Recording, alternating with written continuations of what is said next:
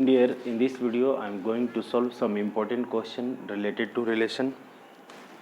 In this question, if R equal to a comma aq such that a is a prime number less than 5, the a relation, ये एक relation दिया हुआ है, find the range of R. सबसे पहले a is a prime number less than 5.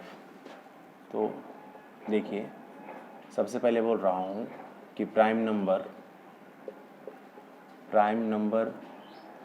Less than 5 क्या होगा. तो प्राइम नंबर लेस देन जो 5 होगा, सबसे स्मॉलेस्ट प्राइम नंबर 2 होता है और 3, 2 और 3, सिर्फ 2 और 3 होगा. अब यहाँ पे इस एक सेट बना, इस सेट पे एक रिलेशन डिफाइन करना है R इक्वल टू. अगर मैं यहाँ 2 लेंगे तो यहाँ पे क्या हो जाएगा 2 का क्यूब, ये फर्स्ट रिलेशन आ गया. अगर मैं 3 लूँगा तो ये हो जाएगा 3 का क्यूब. ठीक है, तो R इक्वल टू हो गया 2,8 ये और 3,27.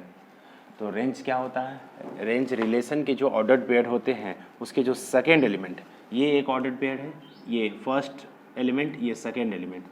उसी तरह से ये इसमें फर्स्ट एलिमेंट सेकेंड एलिमेंट, जो सेकेंड एलिमेंट होता है वो उसका क्या होता है, रेंज ऑफ आर होता है. तो यहाँ हम लोग बात करेंगे कि रेंज ऑफ आर क्या होगा. तो range of R in this relation equal to 8,27. अगर इसमें डोमेन पूछ देता, सपोज इसमें तो बोला नहीं है, अगर डोमेन पूछता, domain of R equal to क्या होता, तो 2,3, ये 2,3. तो इस टाइप में जो 1 मार्क्स के इंपॉर्टेंट क्वेश्चन है इस तरह से सॉल्व कर सकते हैं. देखिए नेक्स्ट क्वेश्चन मैं यहाँ पे ले रहा हूँ. नेक्स्ट क्वेश्चन जो बेसिक क्वेश्चन है if R is a set of x, y such that x plus 2y equal to 8 is a relation on n, then write the range of R. ये 1 marks के question है जो board में आए हुए हैं question. देखिए रिलेशन दिया हुआ है n पे, n का मतलब होता है नेचुरल नंबर. ठीक है, देखिए सॉल्यूशन में सिंस यहाँ पे relation on n, x, y क्या है, सिंस बोल रहे हैं कि x, y जो है बिलोंग्स कर रहा है n से, दैट मीन्स बोल सकते हैं कि n मतलब 1, 2, 3 डॉट डॉट, ये नेचुरल नंबर n तक इन्फिनिटी तक जा सकता है. ठीक है, और रिलेशन बोल रहा है कि x, y, x plus 2y equal to क्या दिया हुआ equation, x plus 2y equal to 8. तो देखिए 8 आना चाहिए. अगर मैं यहाँ पे 1 पुट कर रहा हूँ और यहाँ 2 पहले से है, ये मैं x कहाँ से लिया, ये सेट से, तो यहाँ पे कितना पुट करूँगा कि 8 आ जाए. तो यहाँ पे अगर 1 पुट करेंगे तो यहाँ पे हमको क्या चाहिए 8 लाने के लिए. तो 8 लाने के लिए यहाँ पे 7 चाहिए, तब ना 7 और 1 8 होगा.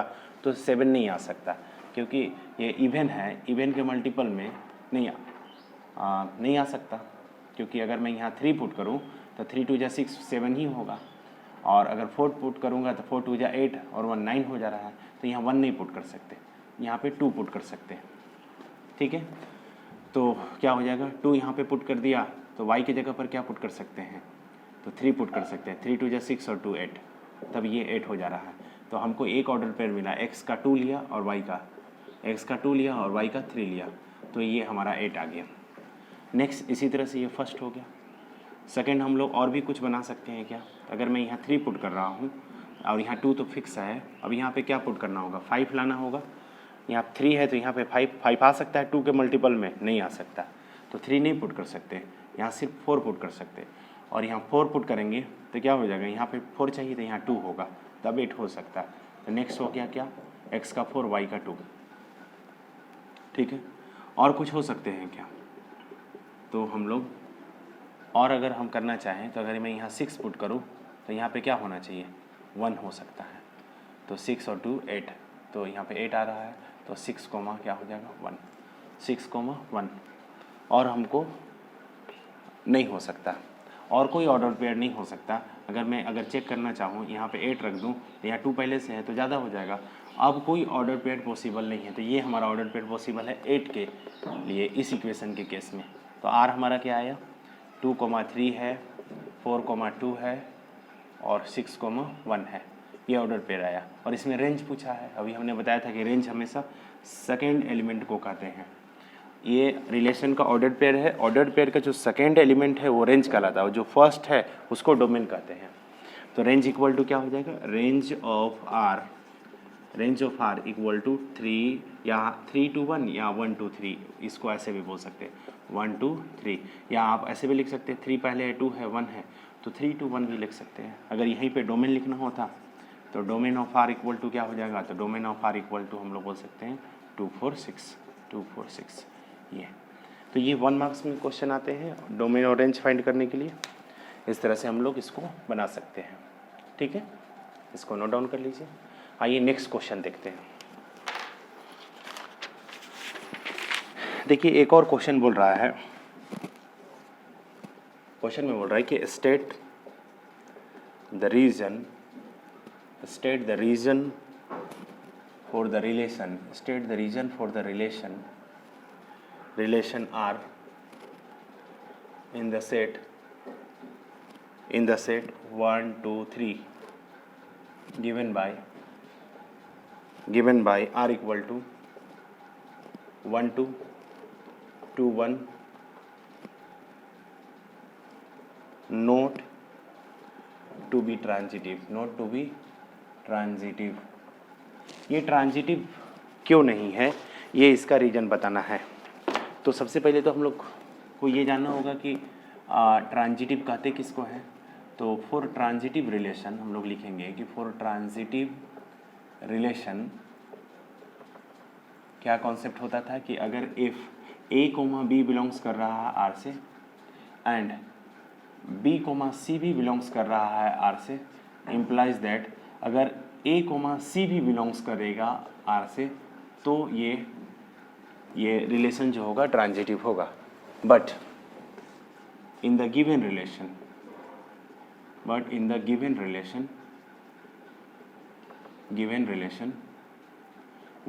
2 बिलोंग्स कर रहा है R से, 2, 1 भी बिलोंग्स कर रहा है R से, बट इम्प्लाइज दैट यहाँ पे क्या होना चाहिए था, 2 2 cancel, 1, 1 does not belongs to R, क्योंकि आर में कोई ऑर्डर पेयर 1, 1 है ही नहीं। अगर 1, 1 होता तो ये जो रिलेशन आर दिया हुआ है ये ट्रांजिटिव हो जाता। एक चीज़ और है कि ट्रांजिटिव के लिए कितने ऑर्डर पेयर होने चाहिए, 3 ऑर्डर पेयर होने चाहिए और यहाँ पे 2 ऑर्डर पेयर है, तो इसलिए भी नहीं है। और ट्रांजिटिव के लिए हमने जो कॉन्सेप्ट पढ़ा है टाइप्स ऑफ रिलेशन में ये होना चाहिए और ये यहाँ पे सेटिस्फाइड नहीं कर रहा है। So R is not transitive, R is not transitive, तो इसलिए आर ट्रांजिटिव नहीं है। इस तरह से हम लोग बना सकते हैं और भी इस तरह से क्वेश्चन हम लोग रिलेशन में ले सकते हैं, बेसिक क्वेश्चन। ठीक है, इसको नोट डाउन कर लीजिए।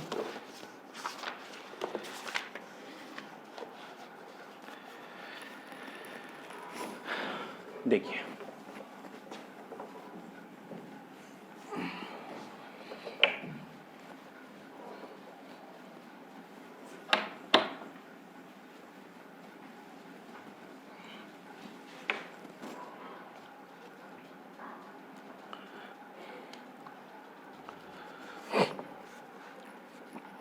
देखिए नेक्स्ट क्वेश्चन है, so that the relation R in the set R of real numbers defined as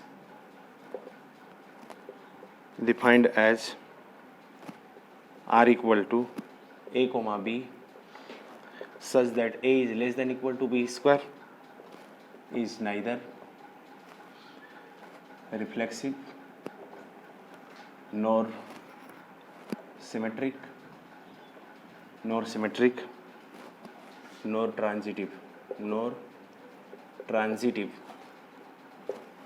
देखिए ये एक रिलेशन दिया हुआ है, so that the relation R in the set R मतलब रियल नंबर पे दिया हुआ है, defined by R equal to a comma b such that a is less than equal to B square, is neither reflexive nor symmetric, nor transitive. तो देखिए सबसे पहले हम लोग को आर क्या दिया हुआ है, सिंस दिया हुआ है R equal to a comma b such that a is less than equal to B square. ठीक है, सबसे पहले चेक करना होता है रिफ्लेक्सिव और रिफ्लेक्सिव। हम लोग जानते हैं कि रिफ्लेक्सिव के लिए क्या कंडीशन है।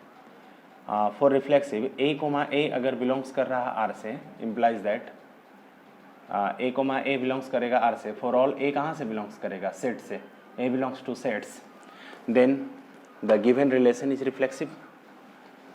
तो देखिए, और ए और बी क्या है, ए और बी यहाँ पे रियल नंबर है, मतलब सेट मतलब क्या है, सेट मतलब हम लोग बोल सकते हैं कि ये सेट क्या है, रियल नंबर। तो देखिए ये होना चाहिए। तो लेट हम लोग अगर बोल रहे हैं कि अगर ए कोमा ए बिलोंग्स करेगा आर से, इम्प्लाइज दैट तो A is less than equal to A square.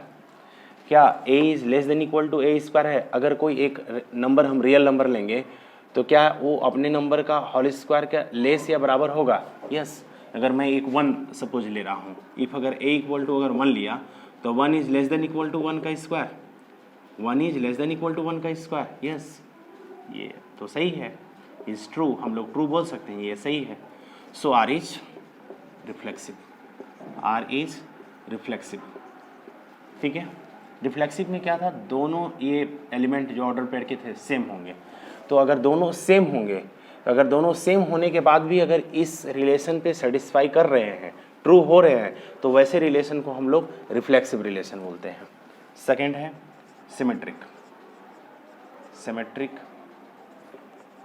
Symmetric relation. तो हम लोग जानते हैं फॉर सिमेट्रिक रिलेशन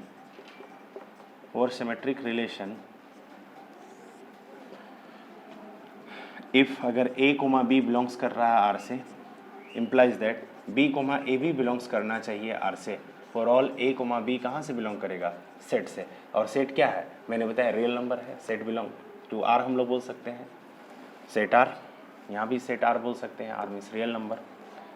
तो सबसे पहले अगर लेट में बोल रहा हूँ कि ए कोमा बी अगर बिलोंग्स कर रहा आर से, implies that A comma b पे क्या था, ए कोमा बी है यहाँ पे, तो A is less than equal to B square है, तो A is less than equal to B square. ये हमने मान रहे हैं कि ये किसी दो रियल नंबर पे ट्रू है, इज ट्रू। तो क्या हम ऐसे भी बोल सकते हैं कि b is less than equal to A square, ये ट्रू होगा। इसी दो नंबर को अगर मैं ये बोलूं तो हम लोग बोल सकते हैं कि इज नॉट ट्रू, ये ट्रू नहीं होगा। कैसे, यहाँ पे हम लोग एग्जांपल देख सकते हैं इस केस के लिए। इफ़ a इक्वल टू 1 लिया और b इक्वल टू अगर 2 लिया, तो अगर मैं इफ़ a कोमा b अगर मैं बोल रहा हूँ तो क्या था कंडीशन कि a is less than equal to B square. तो यहाँ पे हम लोग अगर ये पुट करेंगे तो 1 is less than equal to 2 का स्क्वायर, यह सही है, इज ट्रू है। बट अगर मैं a कोमा b की जगह पर अगर b कोमा a दिखाना चाहूँ, अगर b कोमा a बिलोंग्स करेगा तो क्या होना चाहिए, b is less than equal to a square, जो पहले है वो पहले b कोमा a होना चाहिए। तो b हमारा क्या है 2 is less than equal to 1 square, क्या 2 1 से छोटा होगा, इज नॉट ट्रू।